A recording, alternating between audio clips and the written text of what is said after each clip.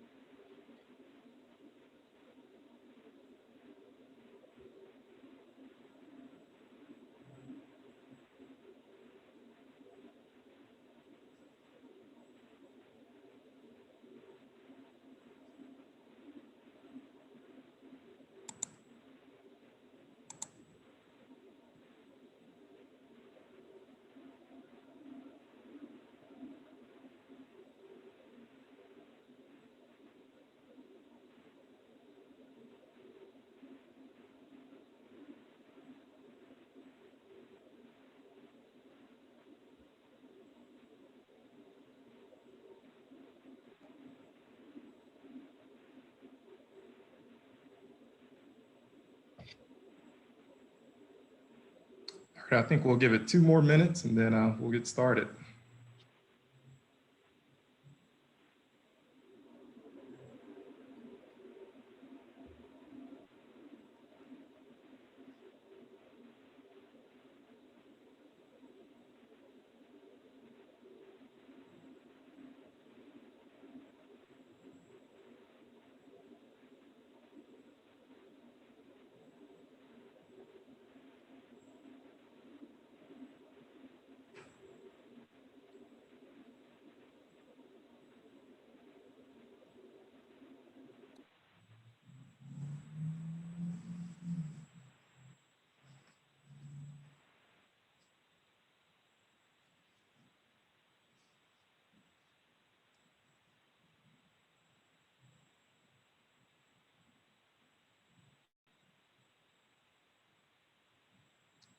All right, well, I want to thank everyone. This is Ryan Holmes from EHI Consultants.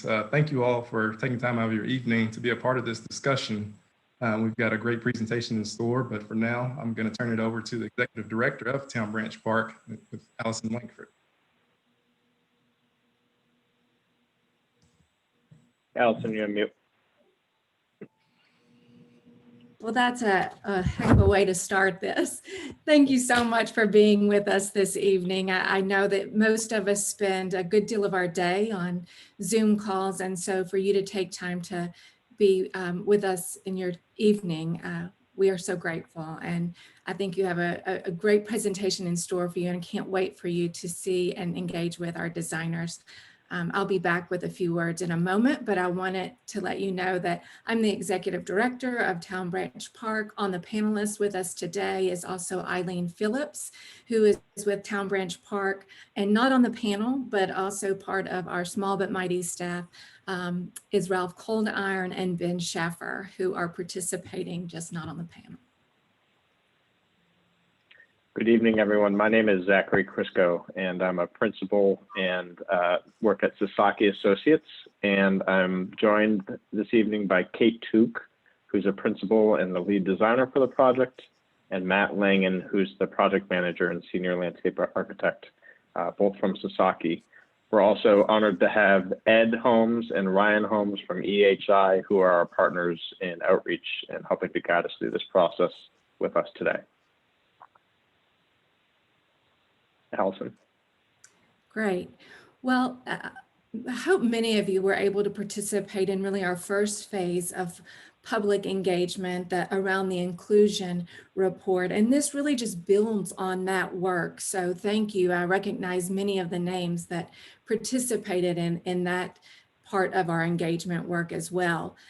You know, Town Branch Park has a sincere desire to be a open, inclusive, and inviting public space in the heart of downtown. And to accomplish that goal, we have to hear from members of the community, from all segments of the community. And so this is part of that process. So thank you. Ultimately, Town Branch Park will be a 9+ acre park in the heart of downtown, adjacent to the convention center and in between the Convention Center and Oliver Lewis Way Bridge. But it represents more than that. It also represents the organization that is overseeing the project, that's overseeing the fundraising and the design, that will ultimately oversee the constructions. And once the park opens, will operate and maintain that park. So it also is the organizational structure of the future park, which is a park conservancy, Lexington's first park conservancy, but certainly a model that has been perfected around the country and peer and aspirational cities. We have a wonderful board of directors that's very passionate about this work and is working hard to move the project forward. We're working closely with the city, and Mayor Gordon and her staff have been wonderful, because the Town Branch Trail, which the city oversees, actually runs through the park, as you'll see. So we have been closely coordinating our efforts with the city.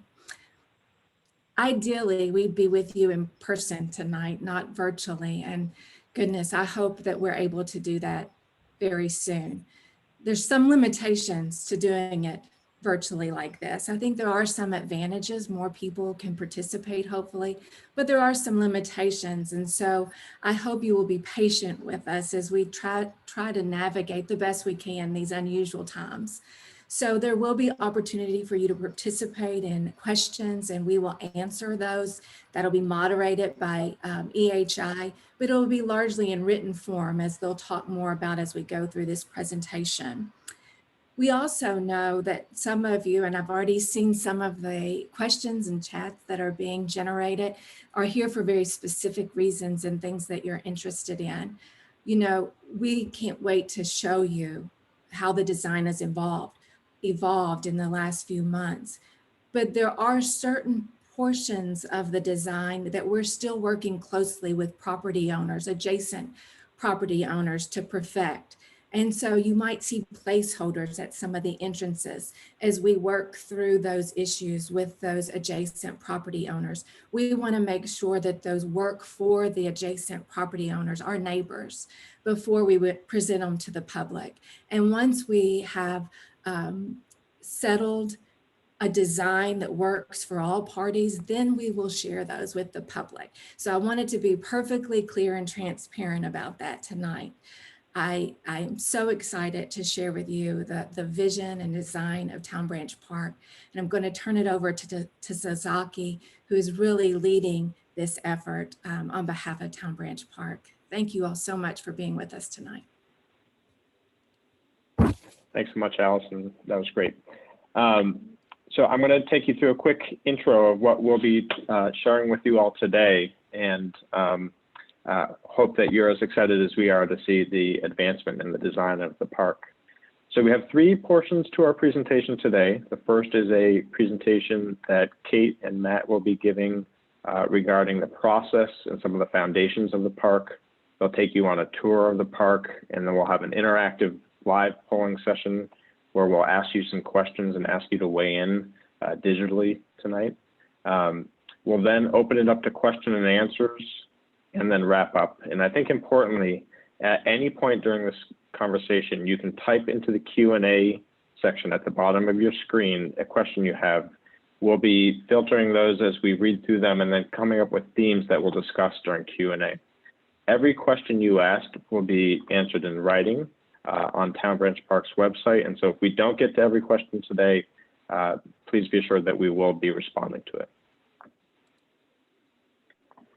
So I'd like to introduce our firm quickly for you. Sasaki is a firm that builds parks all across the country, from Boston to Chicago to Los Angeles, and across the world. We build great parks for communities.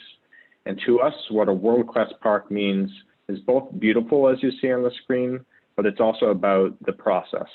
And so on the next slide, we talk through a few of what are the core tenets of our design process. One is that we're here to listen, and we really want to broadly listen to the entire community. We want to understand what drives you and motivates you and what will create a world-class park for you.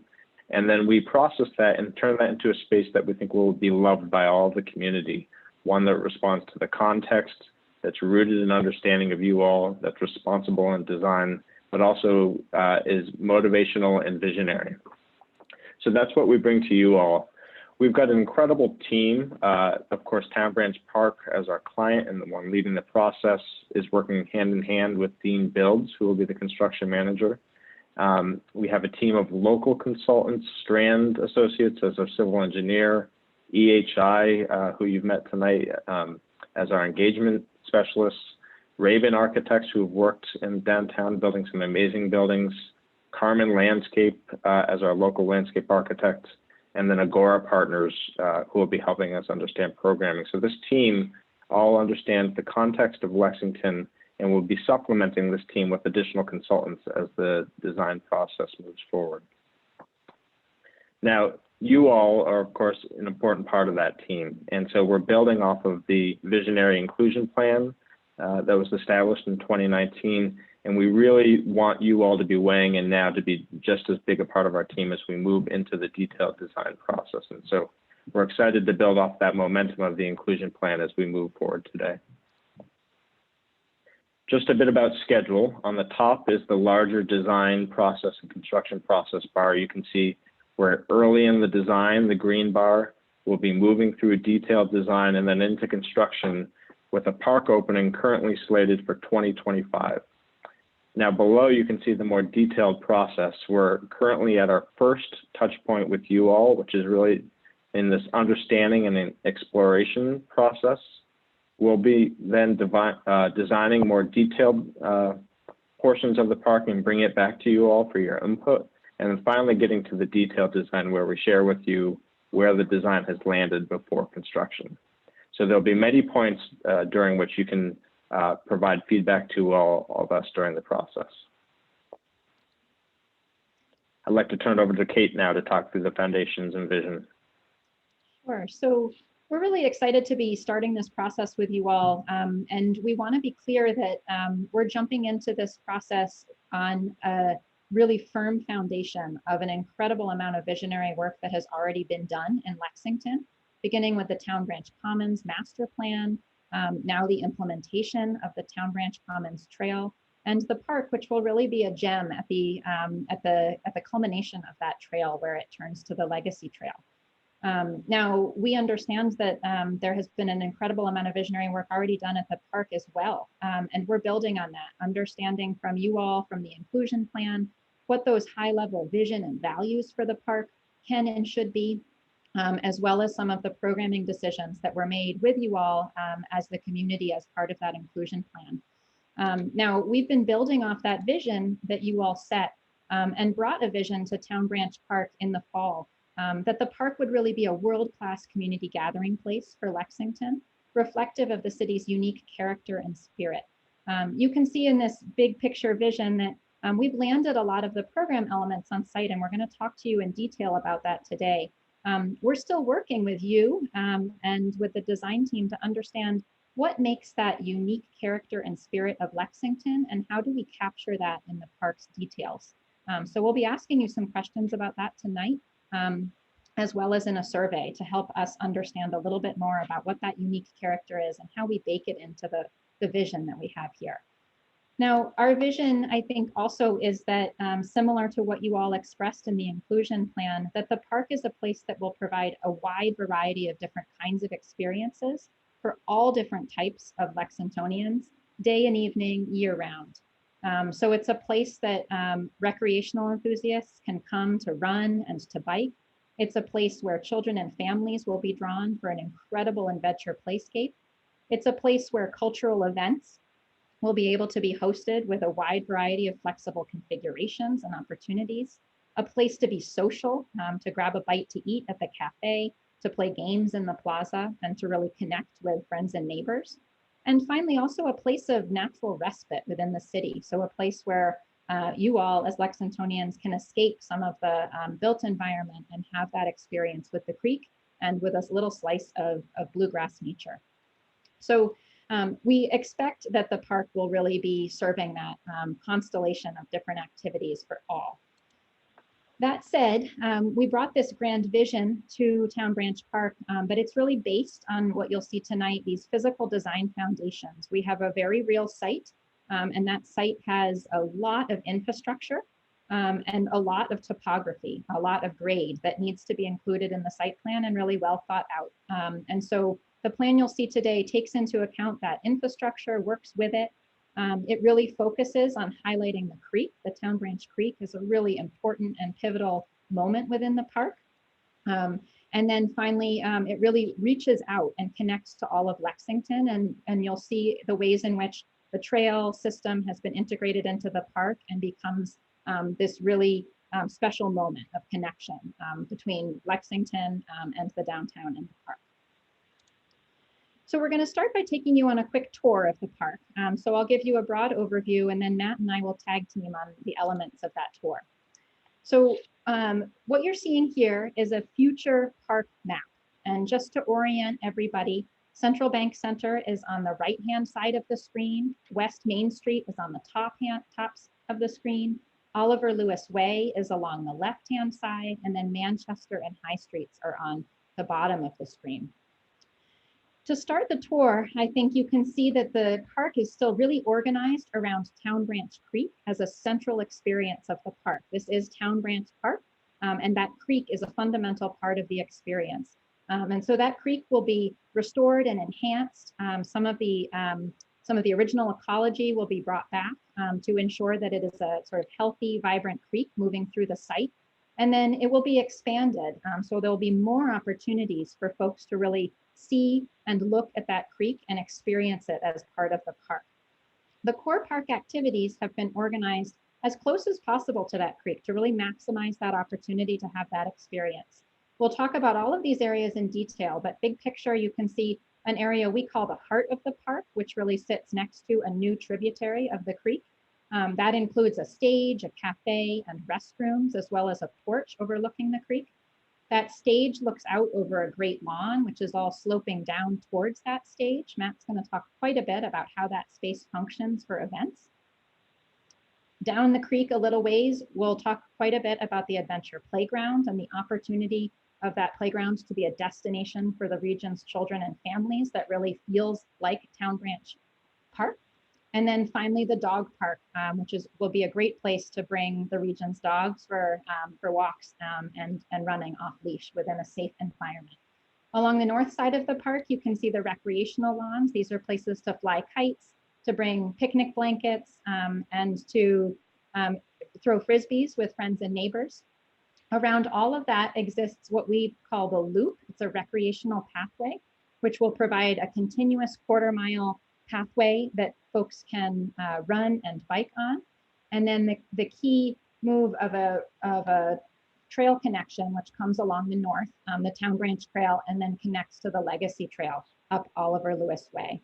The goal of the park is really to open up and to provide great gateways at all corners. You can see there's quite a bit of attention paid to really connecting to the neighborhoods to the south and providing safe access to the park over and under a very complicated series of connections to Lexington Convention Center. And as Allison mentioned, we're still working with neighbors to ensure a really wonderful solution that provides benefits for all, access to the park and to meet the needs of adjacent landowners. So we have some placeholders here, but the goal is to really reach out and connect to all of Lexington.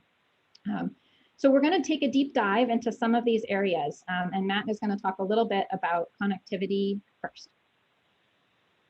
Thanks, Kate. So as Kate mentioned, there are a series of trails that are currently under construction that are going to be connected through our park. So the first diagram that you see on the left-hand side of your screen is those regional bike trails coming in confluence at the Town Branch Park. Coming from Manchester Street on the left side of that diagram is Town Branch Trail. Town Branch Trail will come into the park, go along the northern tier of the park, and connect to the Town Branch Commons, which extends throughout downtown. There's also a connection to the Legacy Trail called the Legacy Connector, which is under construction along Oliver Lewis Way that will intersect at that corner of the park as well. In the center of the screen, you can see a diagram of the proposed pedestrian paths through the park. And one thing to note here that Kate mentioned is that loop orange path around the perimeter of the park is really a great recreational opportunity, but it's also an opportunity for pedestrians to get to all of the park's great programs and venues within the heart of the park. And so that loop trail will be very easy to navigate and will provide accessible connections in and out of the park in all directions. And then lastly, we've built in a series of service and emergency vehicle routes in the park to provide occasional maintenance and service to venues within the park and provide emergency access should it be needed in the park. Here you can see just a kind of a typical section through that loop path that starts to set up the kind of scale and environment of that path. There'd be certainly lighting throughout that loop trail and all the connections in and out of the park to the loop. There's also will be a series of seating areas adjacent to that loop. So as you're walking around that quarter-mile loop, you can stop and rest in a variety of seating areas, as well as at the major venues that you'll see in a second. We imagine this loop to be a really exciting, vibrant type of path that will be iconic and kind of separate from the regional trail network that you see coming to and through the park. So we're going to zoom out for a second and just point out that we want to make sure that the park is really connected and accessible from all directions. And we know that this will be a regional destination and parking will be an important component for the park. And so this diagram illustrates the park in the center of that of the diagram. And those rings radiating out from the center of the park are 1 minute radius walks from the edge of the park. So every line that you see as you go out is a minute walk to the center of the park. And so what you can see here is that even though there's no planned parking within the park itself, there is ample parking within a 5-minute walk to the center of the park. And that includes over 150 metered parking spaces on the street, over 3,000 parking spaces in parking garages and surface parking lots in downtown, as well as many opportunities for pedestrians and bikers to use the expanding regional trail system to get to the park where they all deliver you from all directions. Zooming in a little closer to the heart of the park, there's a series of design elements that we want to call your attention to. Just to orient you, on the right-hand side of your screen, just off the image, will be the Central Bank Center. And so I'm going to start on the right-hand side of the screen and work our way left and explain some of these elements. The first thing that you'll see is what we call the High Street Connector. Kate mentioned this is a complicated pedestrian access from High Street into the park. That will deliver you to the loop, which then you could use to circumnavigate the park. Just adjacent to that is the Perch. And the Perch is a plaza space that is raised up quite a bit higher than the rest of the park. You can see those dashed white lines are contours that represent 1 foot of vertical elevation change every time you see one of those lines. And so the Perch is raised up about 15 to 18 feet above the rest of the park, giving you great views across the park, but also allowing us to take that great lawn and tip it up so that every person attending an event at the stage has a great view of that stage when you're out in that great lawn. Also in the Great Lawn are opportunities for potential art and sculpture, as well as a series of flat areas. Those white lines, the solid white bars that you see there, are seat walls that are integrated into that Great Lawn, creating flat lawn terraces that will be able to accommodate a flexibility of different uses. As you get a little bit closer to the stage, you can see an area called the Reading Room. That reading room there is basically an outdoor extension of a library system where you'd be able to access a series of books and periodicals for all ages and use that as a nice, quiet, passive space connected into the center of the park over a bridge over the new tributary, connecting you to an area called the Porch. The Porch is a great open space with a trellis above it that will give residents the opportunity to treat that as their front porch and have great views down into the new tributary. Adjacent to that is the stage. It's a major stage that will be very flexible to accommodate a variety of different types of performances and concerts. And you'll see a little bit of what that stage and porch looks like in some 3D views in a second. Behind the stage is a cafe, a catering kitchen, and a restroom building. Those buildings frame a very large plaza that's going to be able to accommodate a variety of different types of events for day-to-day events in the park. And then lastly, just off of that plaza is a large recreational lawn that will be able to accommodate a series of more passive uses. Just off of that recreational lawn, you'll see a funny looking spiral shape. That is a major sculpture that's been commissioned for the park that will serve as a great sculpture for the park, but also will be the hub of a community arts program that will use the plaza and the sculpture called the First Impression sculpture for major arts programming within the park. Here you can see a view if you were standing up at that perch, coming from High Street, you go through the High Street connector, you arrive at the perch. Here's your view of the stage in the background. The porch is just off to the left-hand side of the stage, and in your foreground is the reading room with a tributary down below.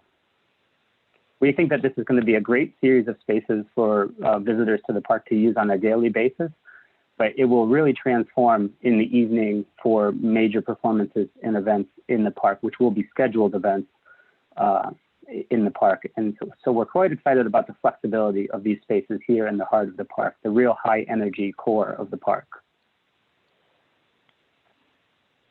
Just to give you a sense of what the scale and character of these spaces will be, these are just a couple precedent images giving you a sense of the visual impact of the stage in the bottom left. You can see that's going to be a very important and visual piece of architecture in the park. And then a series of other architectural elements to help humanize the scale of the space, to create really comfortable seating spaces, a variety of different types of seating in this area, looking out into the great views of the park. On the back side of that stage and porch is the plaza space that you can see here in this image. That plaza space is framed by two buildings, like I mentioned. There will be a major cafe space in your background there, and on the right-hand side of the screen is a restroom building, which is separated from the cafe building, creating a great gateway into the porch and the event venue beyond in the background here. And we're just starting now to think about what those buildings might want to look and feel like. And we're really hoping that we get a conversation with all of the participants of our public meetings to help inform what the look and character of not only these buildings are, but the details of the park. And we've got the next 8 or 10 months to go through that process, but this is just the start of what these spaces might start to look and feel like. So moving just downstream from the heart of the park and the event venue that Matt was just speaking about, you come to the Adventure Playground. And this is really a one-of-a-kind destination for the region's children and families. And it's built into the park landscape. The goal is that this is a space that really feels like Town Branch Park and really feels like it could only be Town Branch Park in Lexington, Kentucky. So it's connected really well to the plaza. Children and families have great access to the restroom and the cafe, as well as great access to the lawn where they can picnic, throw a Frisbee, fly a kite, and sort of let off steam in a bigger way. So there's two great connections into this space. You can see that it's organized alongside the creek, and it's really taking advantage of the way the land falls down towards the creek. So we have an upper area, which we're calling the Woodland Playground, which is really climbing features, which are inspired by the local woodland and provide children with opportunities to get up high. We have a lower area, which has a lot of seating for adults and caregivers and really looks out over the creek. And then in the area between those two spaces, we have a climbing slope, which really builds in opportunities for climbing and sliding in a natural way. So it uses the landscape as a great climbing opportunity. We also have a tower we call the Grist Tower, which sits at the edge of the creek, overlooks the entire park, and provides in 4 levels of climbing excitement for children and families, as well as an incredible slide. And we have the water playground, which includes 2 types of play.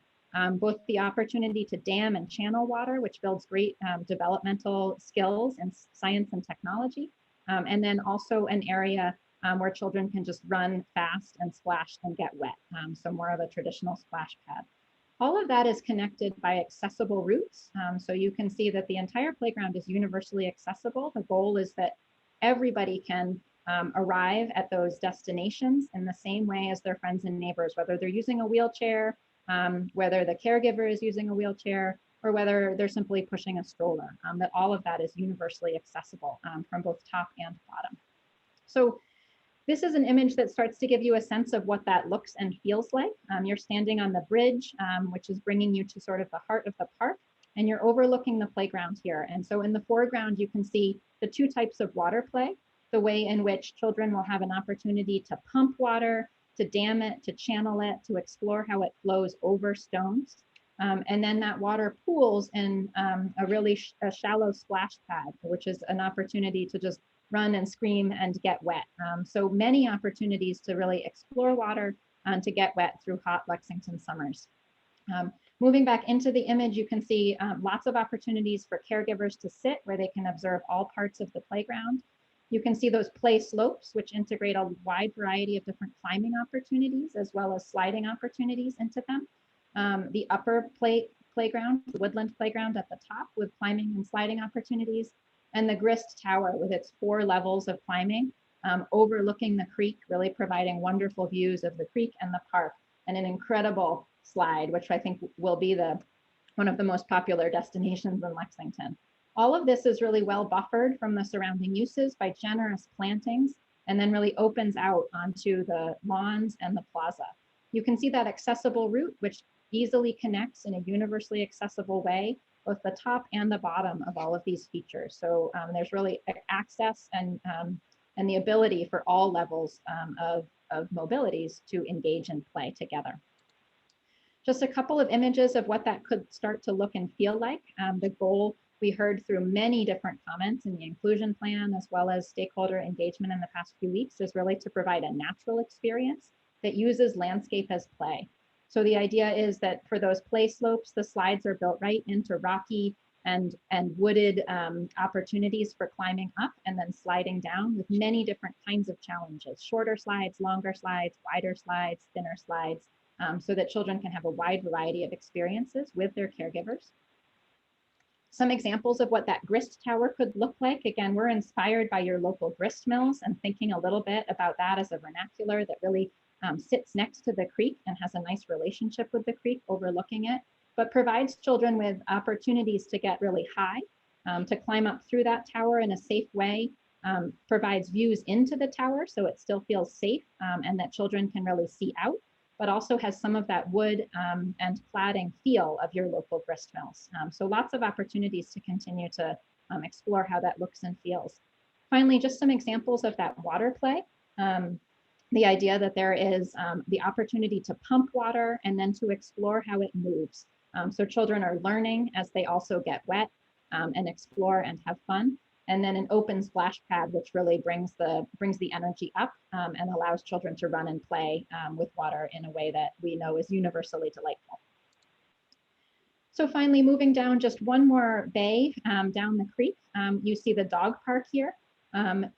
Just quickly, the dog park is imagined to have areas for both large and small dogs. So there is one entrance off of the loop path, which provides fenced enclosure. So you can either enter a large dog area, which has an open running area, as well as areas off to the side with agility elements, more planting and more shade. There's also a small dog area with a similar balance of sort of open area for running and then more sort of programmed area with agility elements. All of this is fenced, so it feels safe to allow dogs off leash in this area, and then generously planted around the edges to provide the opportunity for people to see in and catch glimpses of that really wonderful dog activity, but for also there to be a little bit of shelter and shade and buffer from some of the surrounding park uses. And you can see the way that all is wrapped by the loop path, which will be that continuous route that Matt talked about that really connects the entire park experience. Just a few examples of the kinds of feel and the kinds of amenities which would be in the dog park. We've had a wonderful series of stakeholder meetings, inclusive of dog enthusiasts. And so we're learning a lot about what will feel like the right elements for a dog park in Lexington, but a really exciting feature and amenity. So Matt and I have just taken you on a whirlwind tour of the future Town Branch Park. And you're seeing that map up here again. We, I think, are really excited to understand what you all as the community think so far of the park, what's exciting to you, how you want to feel when you arrive here, what kinds of things you're excited to do, and how you want those experiences to play out while you're there. So we're in the middle of a process of really reaching out to understand what those stories will be and how you all will experience the park. Now, we have a survey out in the world, which you can access either via the Town Branch Park website or via this special link here, bit.ly Town Branch Park Survey. And this is an opportunity to tell your Town Branch Park story with us. So you can see some examples of folks that have finished the survey. And the survey gives you a chance to tell us what your experience will be, what kinds of things you're most interested in doing, and how you want those experiences to feel. Along the way, you can help us out by answering a lot of more detailed questions about the specific places in the park that most interest you. So we invite you to go and do that survey and to tell your friends and neighbors about that opportunity. We're going to take an opportunity tonight to do sort of a microcosm of that survey and write a joint story together. So we're going to invite you in a moment to join the conversation live and help us understand from you all who are on the phone tonight some of what you are excited about, some of what you want to see, some of how you want that to feel. So this is the moment to get out a cell phone if you have one. You can get out your cell phone and you can join the survey and the opportunity to join the conversation live via text. You can text Sasaki Polls, this is written right here, to the number 22333. It's really important that this is one word and that it includes the S. So please double check your spelling and your typing to ensure that you have joined the right survey. You will get a text message back telling you that you have joined, and then you are ready to answer questions. If you do not have a cell phone with you tonight or are not comfortable texting, you can also join by web. So you can open a new browser on any device and navigate to pollev.com Sasaki Polls, and you'll be able to participate. If none of that works for you tonight, it's still okay because you can answer all of these similar questions online on the survey. And there are also paper copies of the survey available in many languages if you get in touch with Town Branch Park. So there are many ways to let us know what you think. But we're excited to hear live from those of you that can join us tonight. We're going to ask you a series of questions. And the first is really, we want you to tell us a little bit about yourselves and who you'll come to the park with. So this first question is kind of a warm-up question. We hope that you'll be able to answer it. Wow, a number of people had already answered, which potentially happened on the web because you were able to see the question a little early.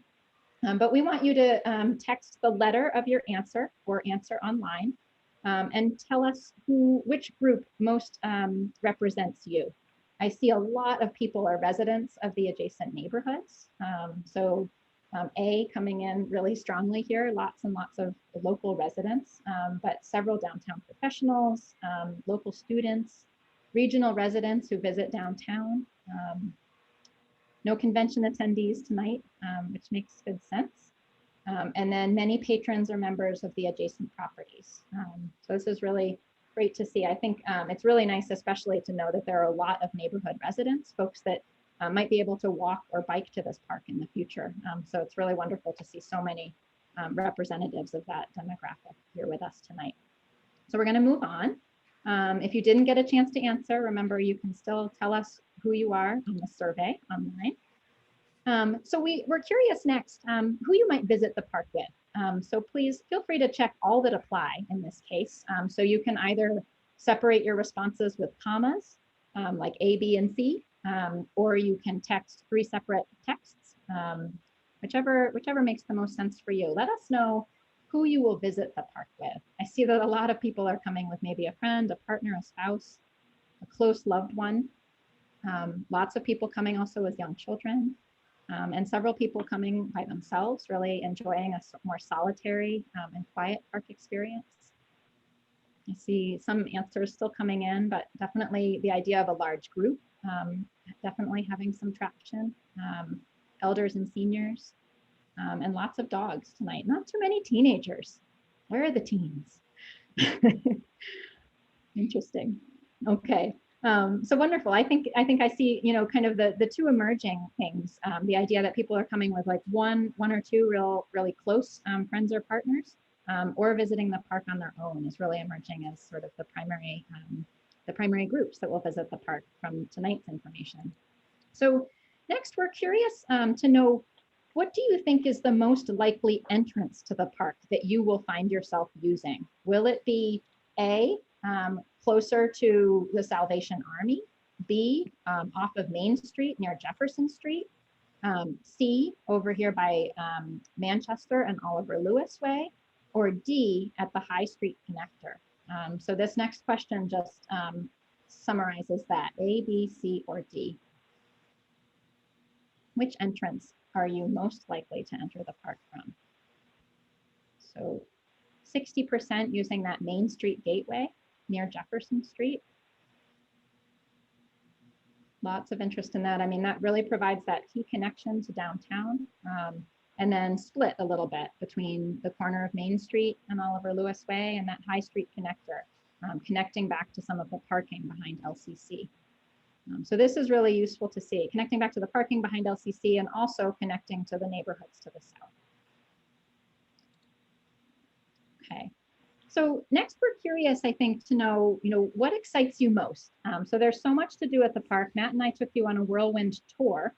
And I think I want you to look at this map for a moment and just think, like, if you were visiting the park someday in the future, what would you go to first? What do you think is drawing you? What are you excited to do and see and be part of at the park? Is it A, concerts and performances? You can choose up to 3. So let us know what some of those key drivers and draws are for you. Private events like a birthday party, a wedding, place to walk my dog, a desire for green space, getting exercise, playing at the playscape or on the recreational fields, visiting the cafe. Interesting. So I see concerts and performances. That idea of a cultural destination within the city that's outdoors is really clearly important to many of you on the call tonight. A desire for green space and nature. I think the idea that there is you know, a many acre space right in the heart of the city that could provide that connection to the creek, that connection to nature and the natural environment of the region.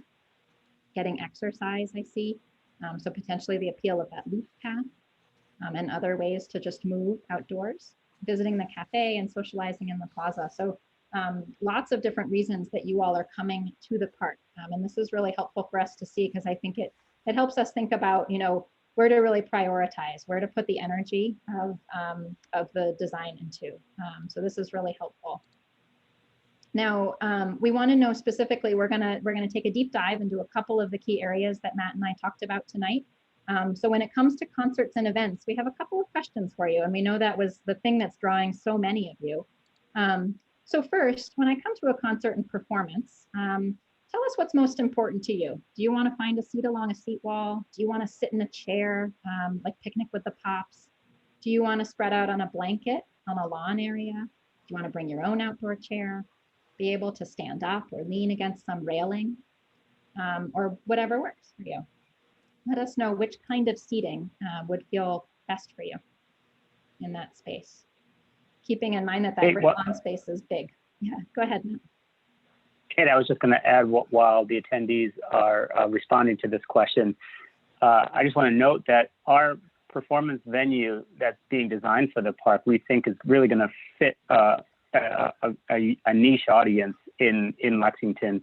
The capacity of the event venue is a capacity that is kind of in between the smaller venues in the city and the very large venues in the city. And so the types and variety of performances and events in this event venue will be unique for that reason.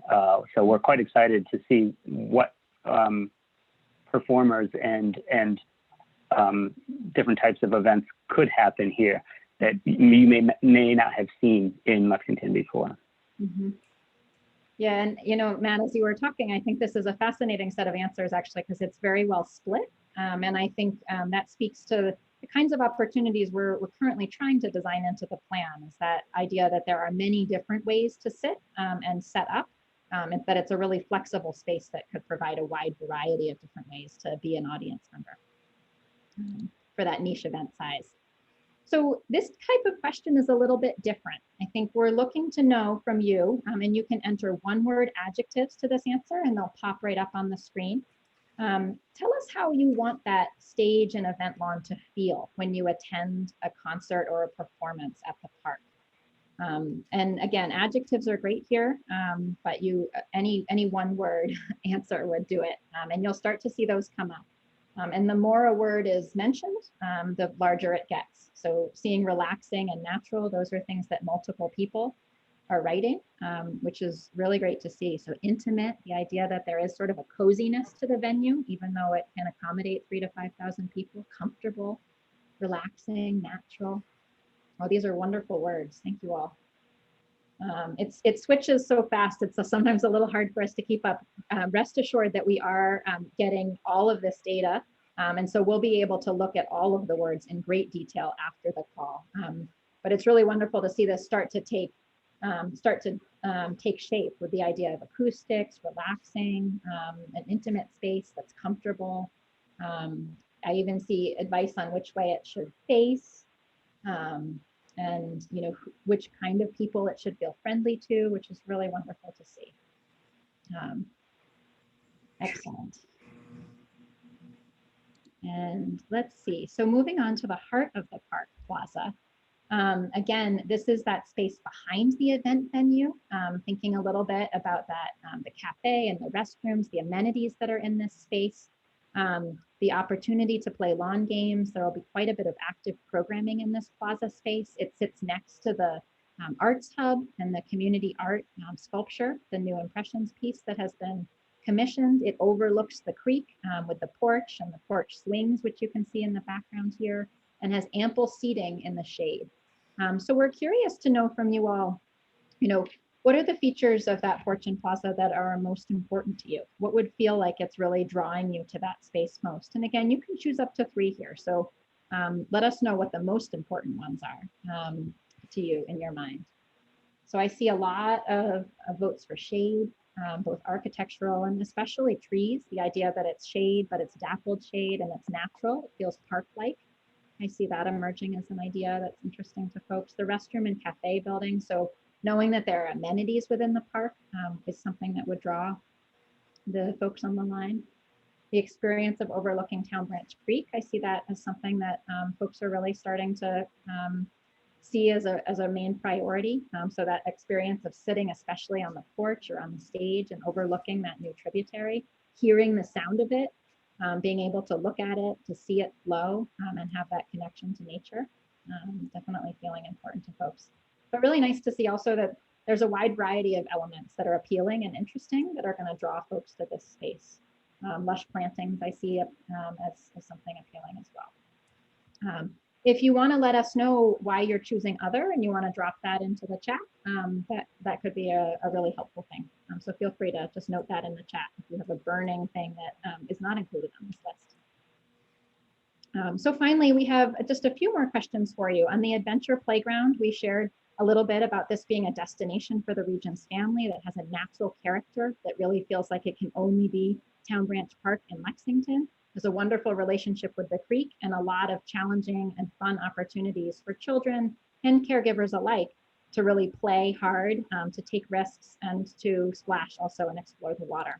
So we're curious to know from you all what things are most exciting to you about that playscape, recognizing that this wasn't a big draw for many of you on the line tonight, but is a draw for children and families in the area. So let us know what seems most exciting. I see that climbing tower, an early leader, but it's catching up lots of other things. I see lots of interest in that water play area, the idea of damming and channeling water being pretty exciting. The play slopes, the natural feel and sensory plantings. We've heard this again and again from various members of the community, as well as in your inclusion plan, that idea that a natural playground is really a desired aesthetic for the community. So it's exciting to see that reinforced tonight.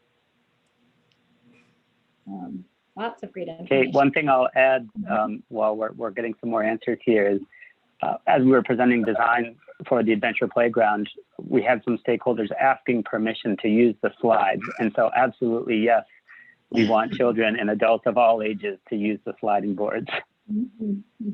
We find that when playgrounds are designed to be fun, that the fun is infectious and it brings people of all ages to play together, which is the community feel that I think that you all are asking for as part of the inclusion plan and that Allison spoke so eloquently about.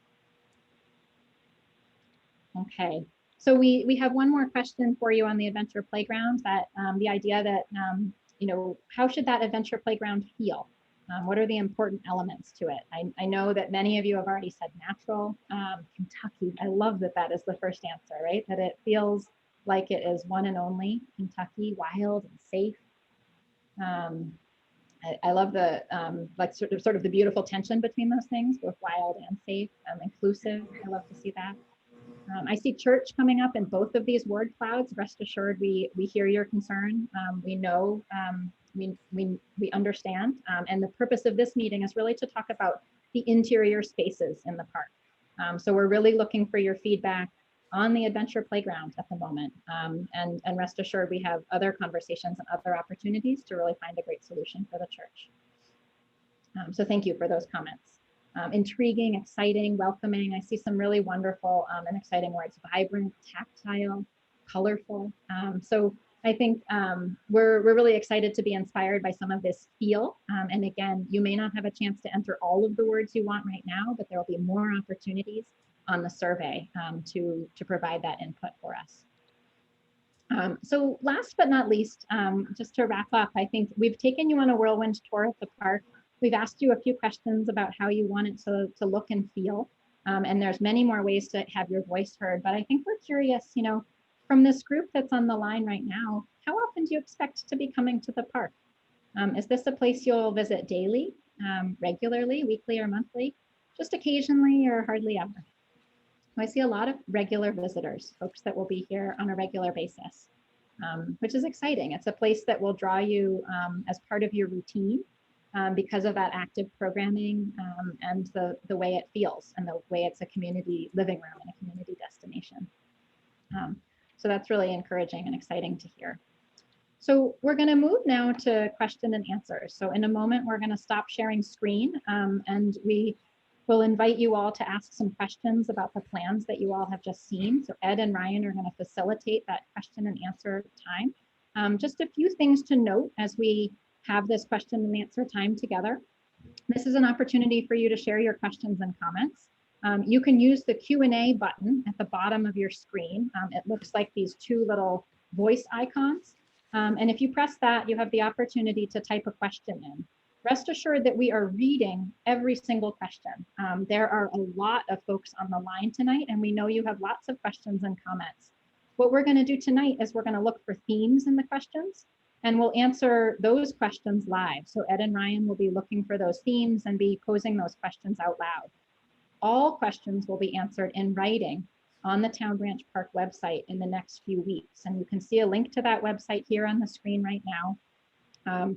You can also use the survey to share additional thoughts and comments with us. And you can encourage your friends and neighbors and others that you know in your network to participate in that survey. That survey link is available on the Town Branch Park website. It is also available via this custom link that you see here. So you can access it in either of those ways. So I'm going to stop sharing my screen right now. Please use the Q&A button to let us know what questions you have. And we will be engaging with you all in discussion for about 30 minutes and then share some next steps. Okay, thanks, Kate. My name is Ed Holmes with EHI. And as Kate had mentioned, we're going to be facilitating the questions that you've been presenting to us, Ryan and myself. And first, I want to welcome everyone again. We do appreciate all of your input and participation in the process. And I just want to mention once again, because we've obviously have received several questions about parking, and Town Branch Park and the designers and the city is working towards addressing that issue. Not on tonight, that won't be on the agenda tonight, but trust me, all the adjoining property owners, and parking is a big issue, and that's being worked on as we speak now. So, but we are going to make this an informative exchange of questions that you've all has sent in to us. And first, we have a set of general questions, and Ryan is going to start off with those, and then we'll proceed into some of the other questions, and we'll send those questions to the panelists from Town Branch Park or Sasaki or even EHI if they're appropriate, and we'll try and get them all answered today. So Ryan, you want to start with the general questions?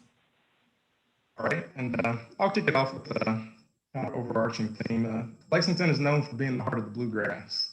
How will the park remain true to Kentucky? Kate, Thanks, Ryan. That's a really great question. So I think, part of what we're looking to learn from you all as part of this community engagement time period, which I should emphasize is not just tonight, but has also included many stakeholder meetings and pop-up events throughout the last several weeks. We're looking to learn from you all what will make the park uniquely Kentucky. So we don't come with a preconceived idea about that, but we've heard so much already about the pride that Lexingtonians have in your city and in your region. And we're really looking for all the ways we can to bake that pride and bake that sense of place right into the design. So some of the questions in the survey are actually quite specific about what type of architecture and what type of materials will make this space feel most like Kentucky to you and most welcoming and inclusive to you. And so we really encourage you to help us understand that, because we don't have the answer, and we're looking to you all as the community to help us define that. Kate, one thing I'll add in terms of the landscape character, we have started to develop some inspirations and an initial approach for how we address the landscape in the park. It's very clear in the polling questions tonight that the connection with nature downtown is really important, which is exciting to see. We're developing initial planting palettes and things like that we will present in a series of future public events that will start to address some of these questions. But in short, we really are, similar to the question, inspired by what makes Lexington unique as the kind of the center of the inner bluegrass region, which is quite a bit different than other parts of the state. And so we want to draw out what the things that are most unique to Lexington and make sure that that's what this park feels like.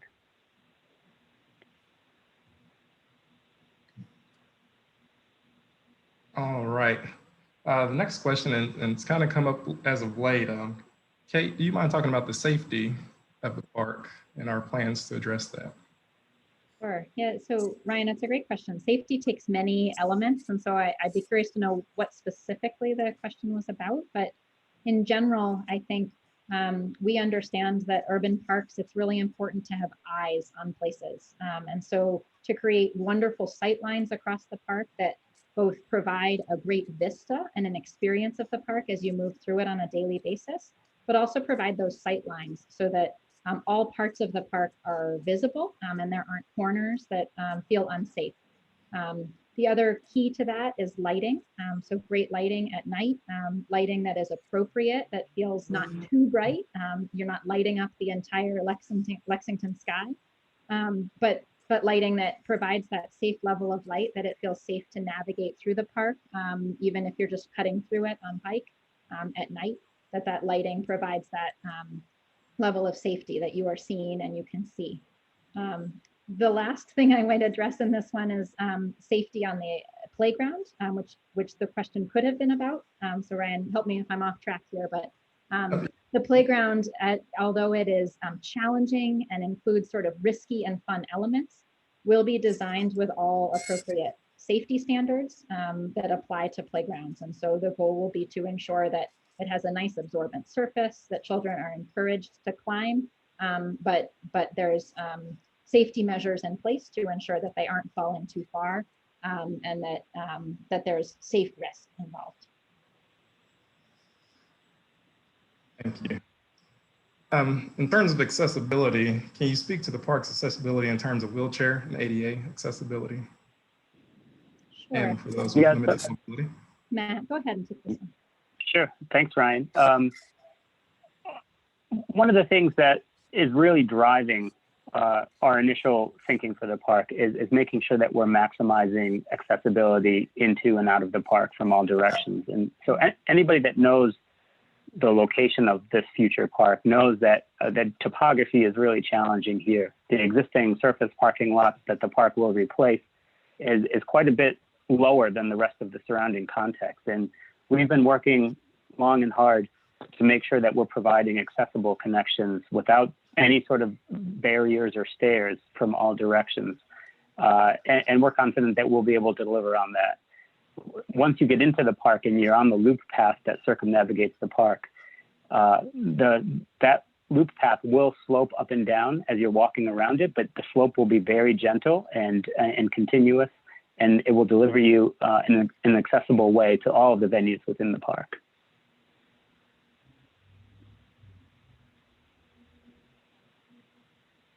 All right.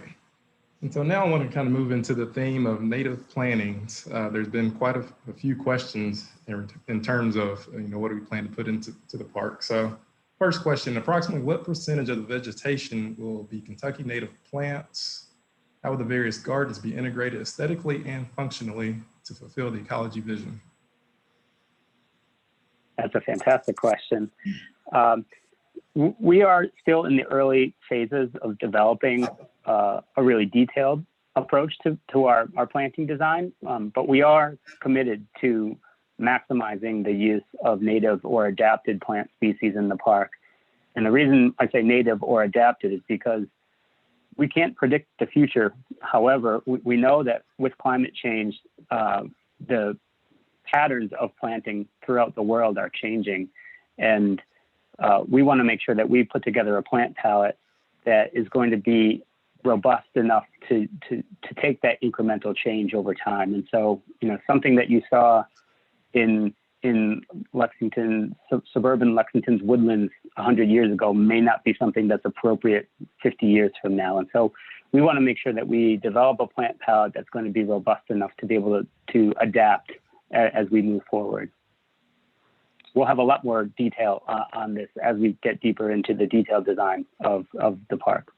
Matt, I would just add that we have had a number of stakeholder conversations, as I've mentioned, over the past few weeks, and one of those was really focused on the park's ecology and landscape, and we've received a lot of excellent information about local opportunities for local plants, including edibles and plants that provide great habitat for local species, including birds.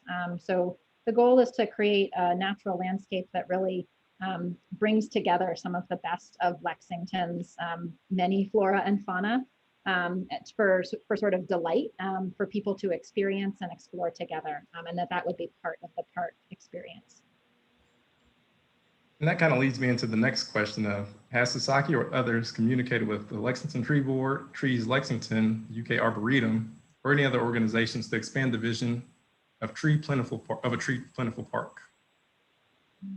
Those are great suggestions of organizations. And Allison, I'd invite you to jump in if there's been previous contact with those organizations. The goal would be to provide ample tree planting and ample shade within the park, so that you're really investing in Lexington's tree canopy for the long term. So we would invite and welcome conversations with those specific groups if they haven't already been reached. Yeah, during the early phases of the conceptual design, we did have engagements with many of those organizations. And, most of you, it might not be obvious to some, but Sasaki's only been on this project since January. So everything else we've talked about before has all been conceptual. And we really just now, through the achievement of various fundraising milestones and the like, been able to bring on the final design team to really dig into these details. And so we're just starting to to really address some of these detailed questions that are being asked, and some of it is kind of the native planting. We know from previous conversation that that's the desire, to include native plants and tree canopy and the like. And so we're just starting to have the more detailed conversations to include those things in the final design. So we've had some of them, but we have a lot more. We have a lot more to come in the next few months. All right. Well, I'm gonna kick it over to Ed. I think he had a few questions he wanted to ask or pose to the group. Yeah, there are a few other general questions. What is the maximum amount of people the park can hold at one time? Gosh, so we are designing the event venue to hold about 3,000 to 5,000 people, which, as Matt mentioned, is a really wonderful niche within Lexington. You have smaller event venues such as Manchester Music Hall, and you have places for larger events such as Rep Arena. But that 3,000 to 5,000 is sort of a sweet spot, a venue that you don't currently have in Lexington. So the Great Lawn is designed to have that capacity within it in a wide variety of different configurations. The park itself, and there are lots of ways to calculate its capacity. Depends on how close people want to be. Social distancing would change that calculation significantly. So I think there isn't necessarily a set number, but the goal is to welcome all for a wide variety of different kinds of events. And I'll just piggyback off that. When you talk about the stage, can you speak to the back of the stage operations, the back of the house operations in terms of access to restrooms and just anything that goes on behind the stage that you don't want your audience to see? Yeah, thanks, Ryan. That's another great question, and it's a great question that has been asked quite a few times in recent days during some of our detailed stakeholder meetings. We are developing a program for those buildings, the cafe building and the catering kitchen and the stage itself. And we're working to really make that space as flexible as possible. And so what you see in the plans today doesn't really accommodate all the back of house things that would need to maximize flexibility for that stage, but it certainly is going to be developed in as the design gets more and more refined. Certainly restrooms will be part of that space for back of house areas in the stage. So performers could use a back of house area during a performance. Things like a green room may be something that's brought in temporarily for an event. Same thing with restrooms. The restrooms in the heart of the park are restrooms for the park. But for major events, there will be restroom trailers likely brought in to support very large events and performances in the park. In addition, there's a whole detailed assembly of rigging for different types of equipment on the stage that will be built into the design of the stage. We don't have all those details worked out quite yet, but rest assured, we're going to make the appropriate investments in the park to maximize flexibility of use for that stage for a whole variety of different types of performances and events. Yeah, and Matt, I would just note that, at Sasaki, we aren't necessarily experts in stage design, but as Zach said, we have a really wonderful and deep bench in terms of a team. And that team does include Agora partners who are really helping the park with programming and operations. So understanding how that space would be used, how it would be managed. And they are really an integral part of our conversations and building our expertise around making sure that the space is functional, as well as a specific theater consultant as well, which we'll be working with more and more. Okay. Do you have any other follow-up, Ryan's? Yep. And here's one I think I can answer. Someone asked, what is the full name of EHI? I can answer that one. It's the Edward Homes Incorporated. And what role does EHI play in Ranch Park? As was mentioned, we're involved in the engagement and outreach and inclusion efforts. And we've also have provided our input to the design teams on some of the cultural and inclusive things we think that are important to the park. So that's the overall role that we have. Allison, I wanted to turn over to you. Obviously, we have a lot of members from Main Street Baptist Church on the call today, and I don't want to put you on the spot, but would you like to specifically to address their issues as it concerns? Really, parking has been a big one that's come up in the chat. Yeah, I'd love to. I appreciate that the church, we can see through some of the chatting and questions, a theme on church parking and accommodating the needs of the church. And I just want to address that really heads on, that we hear you, that there's been conversation for a while about trying to accommodate church parking and parking of other adjacent property owners. And we've heard that loud and clear, I promise you, and we are sincerely working to find a solution. Suzaki, as I mentioned, just came on board in January. And at the end of in January, we heard a wonderful presentation from the church leadership about possible opportunities and solutions. And so they have been studying that design along with the city. And we actually have a call scheduled next week to address that presentation in a design way. Before, it's always been conceptual, and now that we have this design team in place, we can actually put pen to paper and come up with real solutions. So please don't think we're ignoring that by not talking about it tonight. We are really trying to be respectful of the congregation and the leadership and address that privately next week until we come up with an agreeable solution, and then we'll present that publicly. And I just wanted to make that clear because we have seen several questions and we're not ignoring those questions. We're actively working on a design and we're excited to present it to you next week. Thanks, Allison. And I would add, when we, EHI, decided to come on board with Sasaki during the proposal stage, we did stress the importance of Main Street Baptist Church and what a role that was going to be in their presentation, their proposal. So they knew coming into this that was a critical component of whatever their designs would incorporate. Keeping with parking, I know Matt had shown, and we had some other questions not related to Main Street Baptist Church, but about parking, Matt. And you've shown your slide, where is parking for the park? I know you've indicated that. I don't know if you want to, expand on that a little more. Sure. Yeah. We're really digging into the question of parking. It's another question that's come up broadly in stakeholder meetings. One of the challenges with great urban parks across the country is that they are in really dense urban areas, and parking is always at a premium.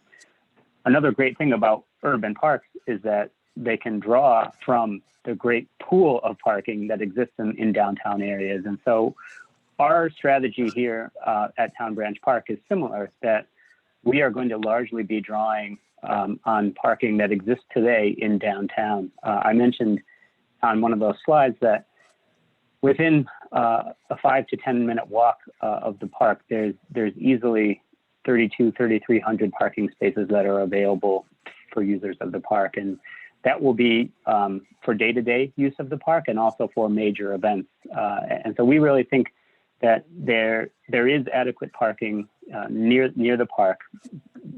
However, we are also engaged in a series of conversations with multiple adjacent landowners about protecting and preserving dedicated parking for those landowners, but also potentially expanding parking opportunities closer to the park for visitors to the park. And those will be conversations that will continue on for quite a while going forward. But we do imagine when the park is under construction and ultimately completed, that there will be ample parking nearby for visitors to the park at all times of the day. Thanks, Matt. There were some questions on water quality. One was, how deep is the creek and what type of barriers will be present to keep people out of the water? And what is the route of the creek before and after it daylights? Yeah, I can talk to those. So first, there was a question about the creek and if this park is within the floodplain, and the answer is parts of it are within the floodplain. And so what we're doing is ensuring that all the critical components of the park, the buildings, anything that's got electrical equipment, are all up and safely out of that floodplain. We often design parks along riverfronts, and so understanding flood capacities and how to design within flood areas is actually one of our expertise. And so we're really enjoying looking at how to engage the water, but also keep people safely away from it. Now, as to the water quality, it is urban runoff that we don't have control over. And so there's a 100-acre upstream watershed that's contributing to this portion of the creek. And so while we're recommending that we engage that water in a visual way, it is not the recommendation to physically engage with the water and for users to get into the creek. And so what we'd like to do is open up those view sheds and corridors down to the water so that you gain that experience. But we will be intentionally trying to keep people from actually getting into the water for water quality concerns. Zach, one thing I'll add to that is that the new tributary that we're proposing is not a new water source. It's actually diverting underground stormwater to that new headwater. And so, again, we're not encouraging interaction with the water in the tributary. The last thing I'll mention is that the water play that you saw in the adventure playground, that is a completely separate water system that will be recirculated and filtered and treated to code standards. And so that will be, we will welcome participation in the use of that water system, but it's completely independent from the streams. All right. I'd like to shift our focus to more of the programming for the park. We've had a few questions come in, so and maybe Allison, you can address this one. What are the anticipated hours for the park?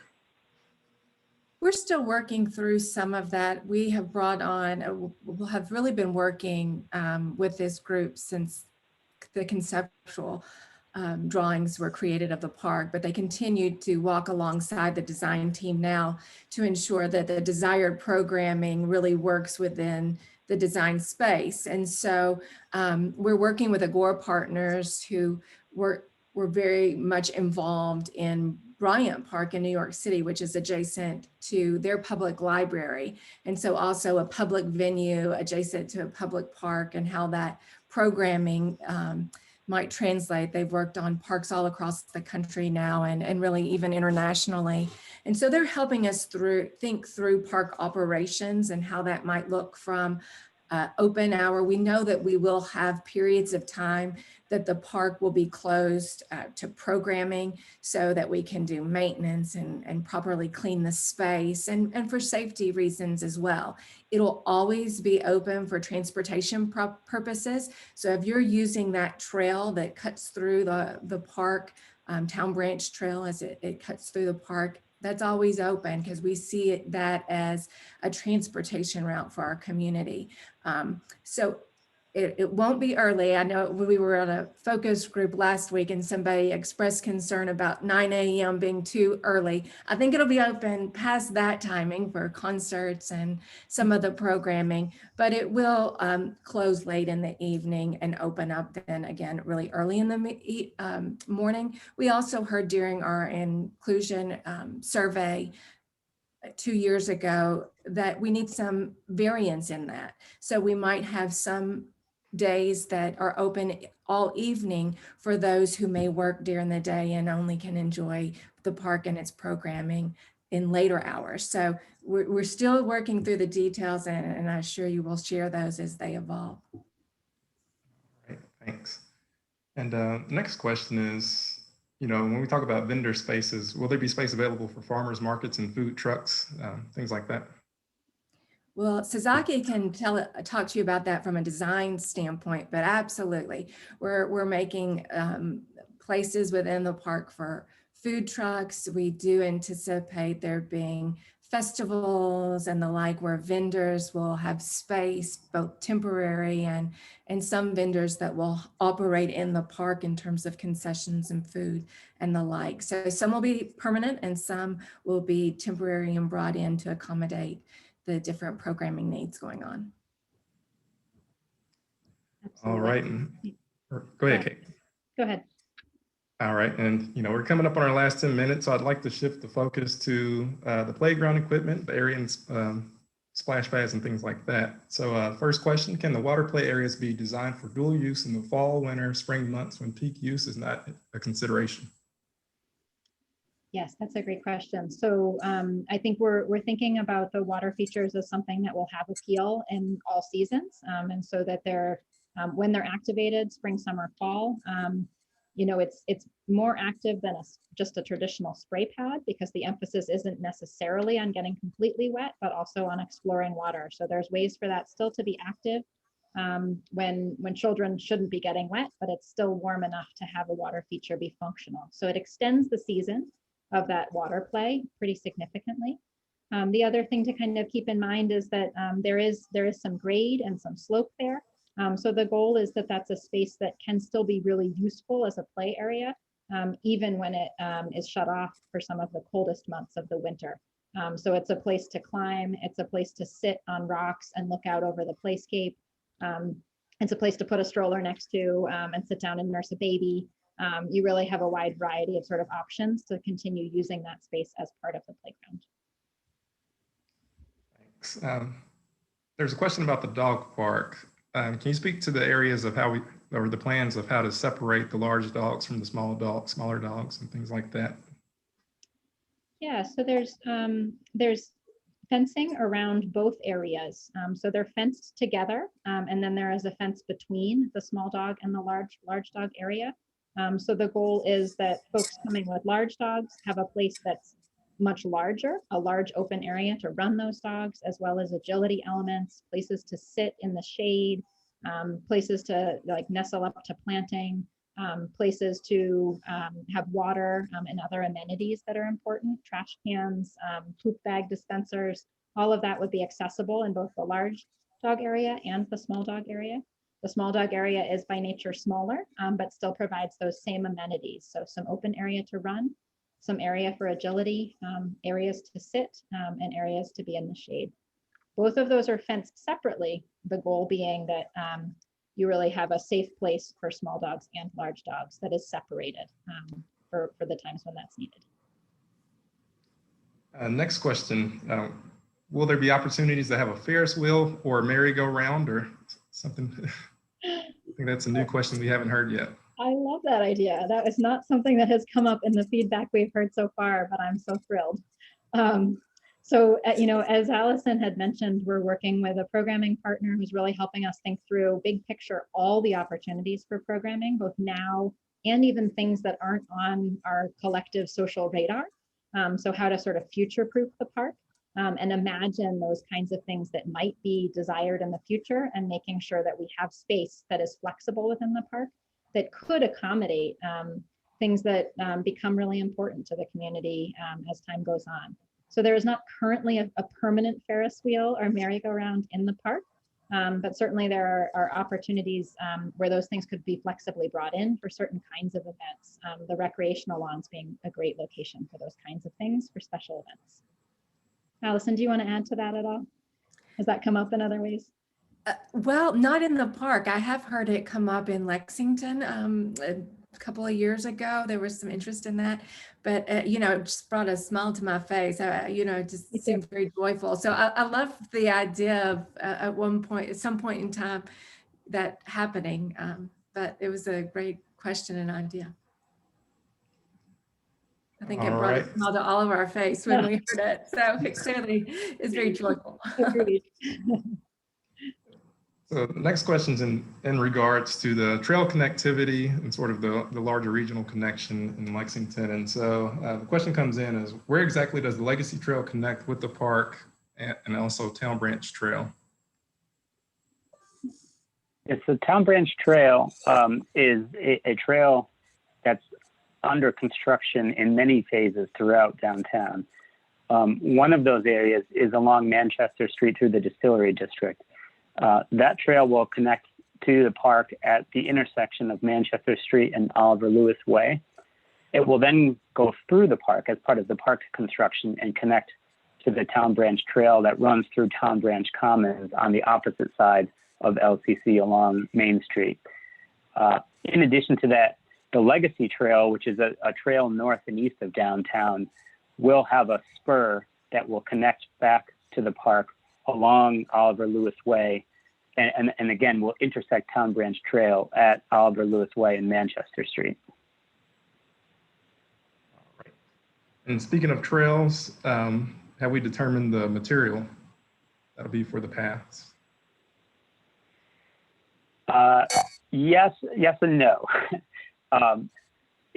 The way that the trail system is being built in phases currently in downtown, there is a variety of different materials being used depending on which trail and which section you're in. And so Town Branch Commons will be a cohesive expression of materials throughout that portion of the trail system.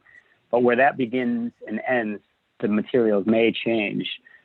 That's also true of Town Branch Trail plan west of the park along Manchester Street and the Legacy Connector. And so I guess the short answer is the materials will vary depending on where you are in the trail system. The part that this group can control within the park boundary itself, we'll certainly do our best to maintain the continuity of materials as they go through the park. But we are connecting to different trails in different corners of the park that do have different materials. And so there will be some challenges in making everything perfectly cohesive. Right. And maybe this is a question for Allison regarding the trails. Will the bike trails open before the park is complete in roughly 2025? The Town Branch Trail is being overseen by the city, and it's fully funded and under construction now. It's my understanding that it will open in full in 22. That's part of the funding they received from the federal government to build the trail. It had a certain date requirement for opening. The trail system that connects within the parking lot itself will be completed once the park is under construction. As I mentioned at the beginning, it is the construction phasing area for the LCC, Lexington Convention Center, Central Bank Arena. And so that piece of it will have to wait until the park is constructed, but you still will, using the street and road system, be able to easily go through the trail system and connect to the Legacy Trail even before the park is complete. Ryan, one more thing I'll add to the materiality of the trail system that I didn't note in my previous comments is that the quality and type of lighting will certainly be consistent, as will the signage and wayfinding along that trail system. Excuse me. And so it'll be very clear, even though the materials below your tires may change, that it'll be clear where those trails go and how they connect to the other portions of the trail network. All right. And we're coming up on our last few minutes. We want to be respectful of everyone's time. And so maybe we'll end the quick Q&A discussion on, will the park be free? And so maybe Allison, do you want to take that one? Absolutely. That's one of the more exciting things about the park and envisioning the park, especially on a day like today where, it's sunny and beautiful spring day in Lexington. And so we envision hundreds of free programming offered in the park each year. We envision partnering with some of our wonderful nonprofit organizations to help them bring some of their programming into the park. And there will be some private events, some concerts that are ticketed, but by and large, we intend for the park to be open and free to the public. And even during private ticketed events, the park as a whole will remain open. Only a small section of it might be used. So that is a priority for the organization. I think it's a priority for our board. And we've heard it loud and clear from the community that is also the desire. So yes.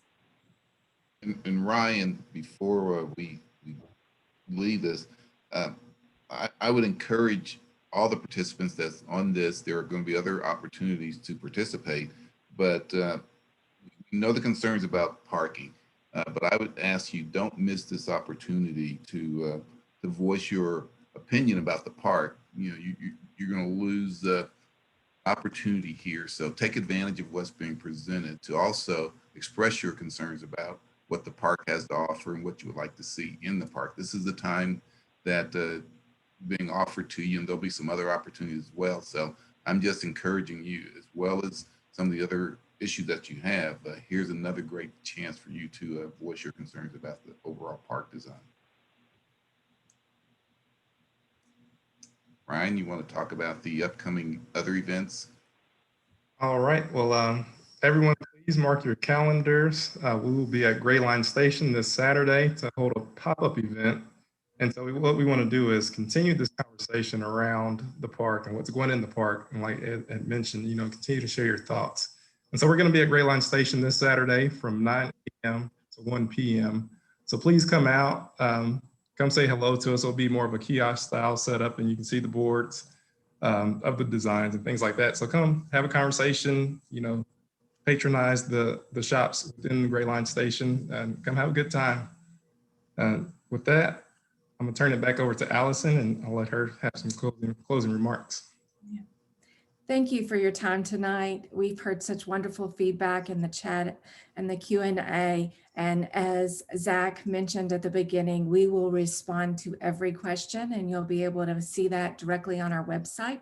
So follow us on Facebook and Instagram. We will keep you informed as opportunities come along throughout the design process, but also when we get these questions posted, so that you'll have answers to all of your questions. Visit our website, townbranchpark.org, townbranchpark.org.